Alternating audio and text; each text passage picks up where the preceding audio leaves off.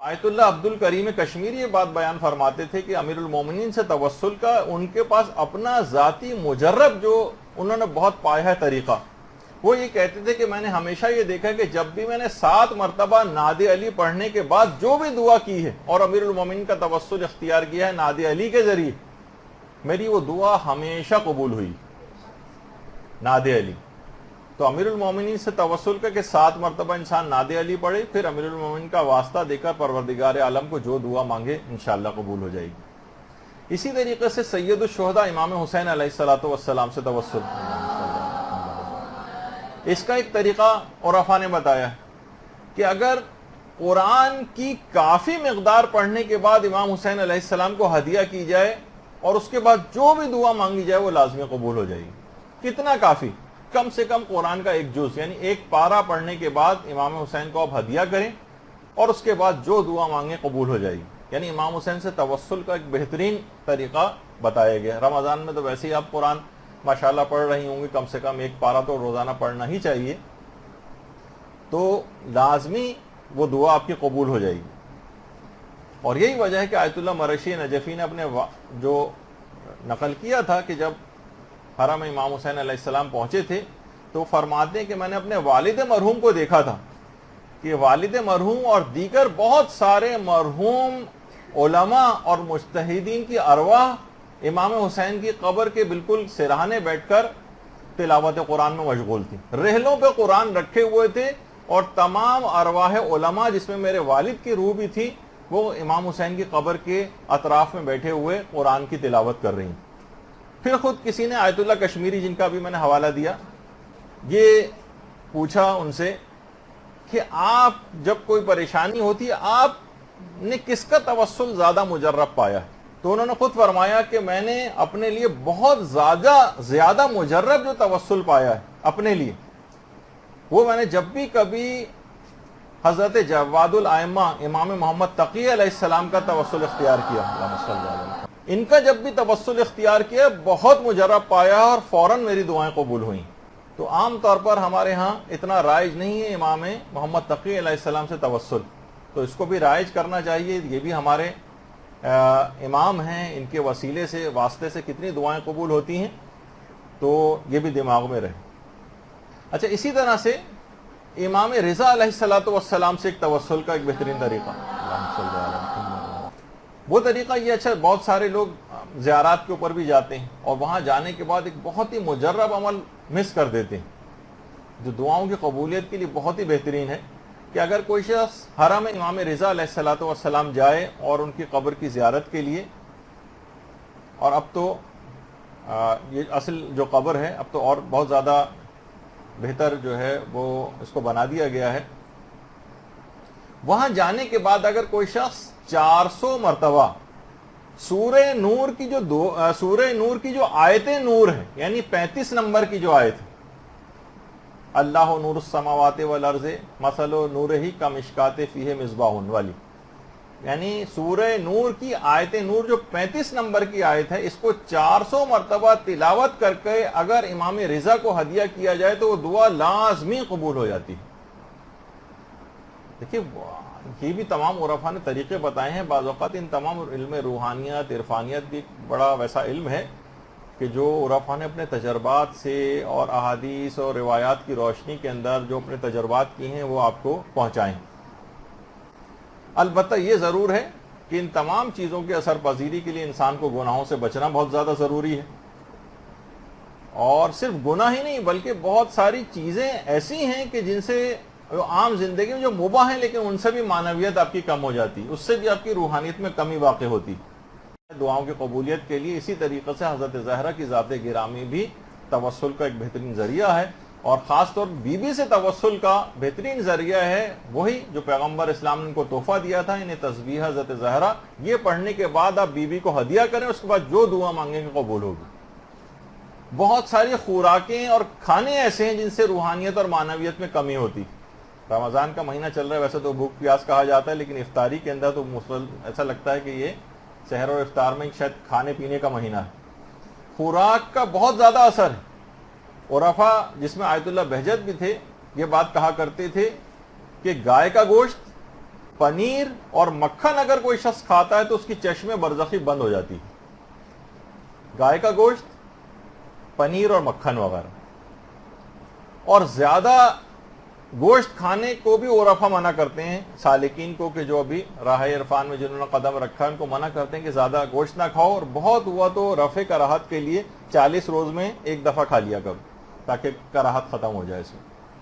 اور خود جو پرخوری ہے، بہت زیادہ کھانا، یہ بھی معنویت کے اوپر بہت زیادہ اثر انداز ہوتا ہے. دیکھیے جب ہی آپ کو نظر آتا ہے کہ ائمہ کے جو اصحاب تھے، پیغمبر جو تھے، کیوں کم کھایا کرتے تھے. آیت اللہ جواد عاملی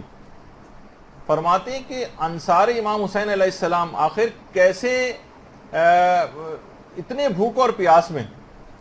پانی بند تھا، کھانے کو کوئی چیز نہیں تھی، اس کے بعد ایسی شجاعت اور بہادری، طاقت کہاں سے حاصل کی انہوں نے.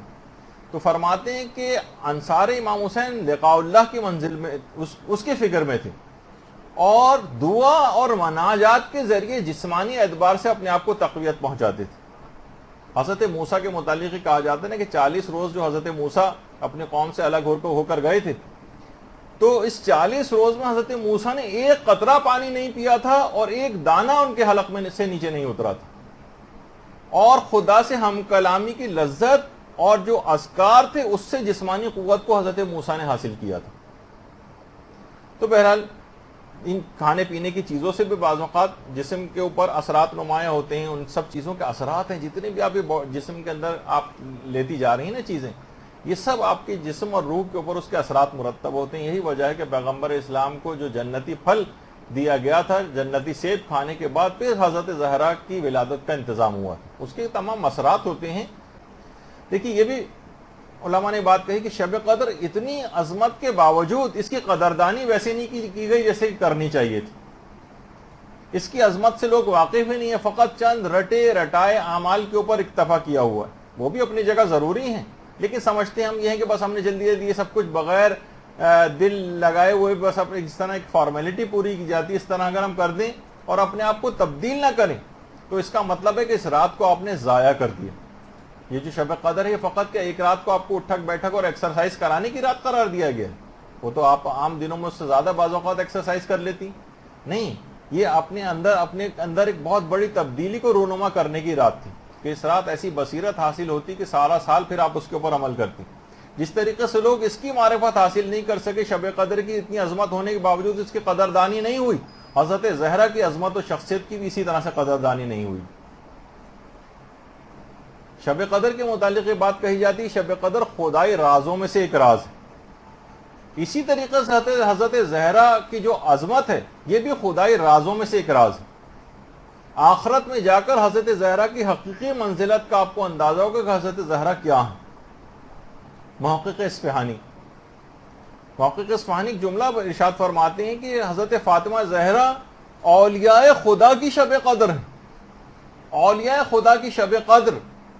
اس کو کوئی باقاعدہ عالم اگر کوئی کھولے اس بات کو تو کتنی چیزیں اس کے اندر بیان ہو سکتی ہیں جو ان کا علمی کے باعث اس جملے کو کھول بھی نہیں پاتے ہیں کہ اولیاء خدا کی شب قدر سے کیا مراد. یعنی انسان اس شب قدر میں جو کچھ حاصل کرنا چاہے وہ حضرت زہرا کے وسیلے اور توسط سے اس شب قدر میں حاصل کر سکتا ہے. ایک ہی جست میں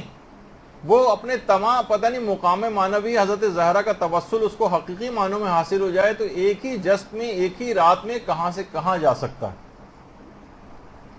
دیکھیے اس رات کو علی الخصوص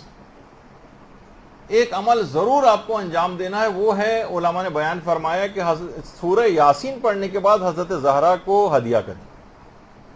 اور اس بات کی بہت زیادہ تاکید آیت اللہ وحید خراسانی ارشاد فرماتے ہیں، بہت زیادہ بیان کرتے ہیں کہ خاص طور پر یہ عمل کہ سورہ یاسین کو پڑھنے کے بعد حضرت زہرا کو ہدیہ کرنا، یہ اپنی دعاؤں کے سلسلے میں بھی اور خاص طور پر شب قدر کے اندر ہرگز اس کو فراموش نہ کریں. اور آیت اللہ بہجت نے بھی جو خاص طور پہ عمل بتایا ہے، اور بہت زیادہ لوگ اس سلسلے میں خواتین پریشان بھی ہوتی ہیں، لڑکوں کے اعتبار سے ہو لڑکیوں کے اعتبار سے ہو. آیت اللہ بہجت فرماتے تھے کہ اگر کسی شخص کی شادی نہیں ہو رہی ہے، خواہ لڑکا ہو یا لڑکی، اور 40 بار سورہ یاسین کو ایک ہی نشست میں پڑھ کر سورہ یاسین کو جسے قلب قرآن کہا جاتا ہے، ایک ہی نشست میں پڑھ کر حضرت زہرا کو ہدیہ کرے اور اس دوران کوئی بات چیت نہ کرے، تو اتنی جلد اسباب شادی ظاہر ہوں گے اور اس کی مراد پوری ہوگی کہ خود حیران رہ جائے گا۔ 40 مرتبہ۔ اچھا، کچھ لوگوں نے ایک دفعہ ایک سوال بھی پوچھا تھا کہ اگر 40 ایک ہی آدمی نہ پڑھ سکے، ہم ایک گروپ بنا لیں 5 افراد بیٹھ کر، اگر مثلا ہر کوئی 8 دفعہ پڑھ لے یا زیادہ افراد، اور کسی ایک ہی مقصد کے لیے، ایک ہی کے حوالے سے یا چند افراد کی دعاؤں کے حوالے سے اگر کر لیں تو کیا یہ صحیح ہے؟ کیونکہ 40 دفعہ سورہ یاسین پڑھنا ہو سکتا ہے ایک رات میں، اور اعمال بھی انجام دینے مشکل ہو جائے، تو ہم گروپ اگر بنا لیں تو جی ہاں، ایسا بھی کیا جا سکتا ہے۔ تو بہت مجرب ہے اس رات کے حوالے سے بھی علی الخصوص، اور عمومی دنوں میں بھی اس کو کیا جا سکتا ہے۔ تو حضرت زہرا کا توسل اختیار کرنا، تمام اپنے آپ حاصل کر سکتی ہیں اس رات، اپنی تمام دعاؤں کو قبول کروا سکتی ہیں۔ دیکھیے، شب، رات، یہ تمام ادیان الہی میں قرب خدا حاصل کرنے کا ہمیشہ سے ایک بہترین ذریعہ رہی، ہمیشہ سے۔ تمام انبیاء، اولیاء، ائمہ، علماء، صالحین، یہ راتوں میں عبادات کر کر کے مقامات عالیہ پر فائز ہوئے ہیں۔ فقط سونے سے مقامات عالیہ پر فائز نہیں ہوا جاتا، راتوں کو لگانا پڑتا۔ یہ راتیں، ان کی قدردانی کرنا سیکھی۔ تو جس طریقے سے ان شب کو استعمال کر کے، ان شبوں کے اندر بھرپور عبادت کر کے انبیاء اور اولیاء بڑے بڑے مقامات تک پہنچے ہیں،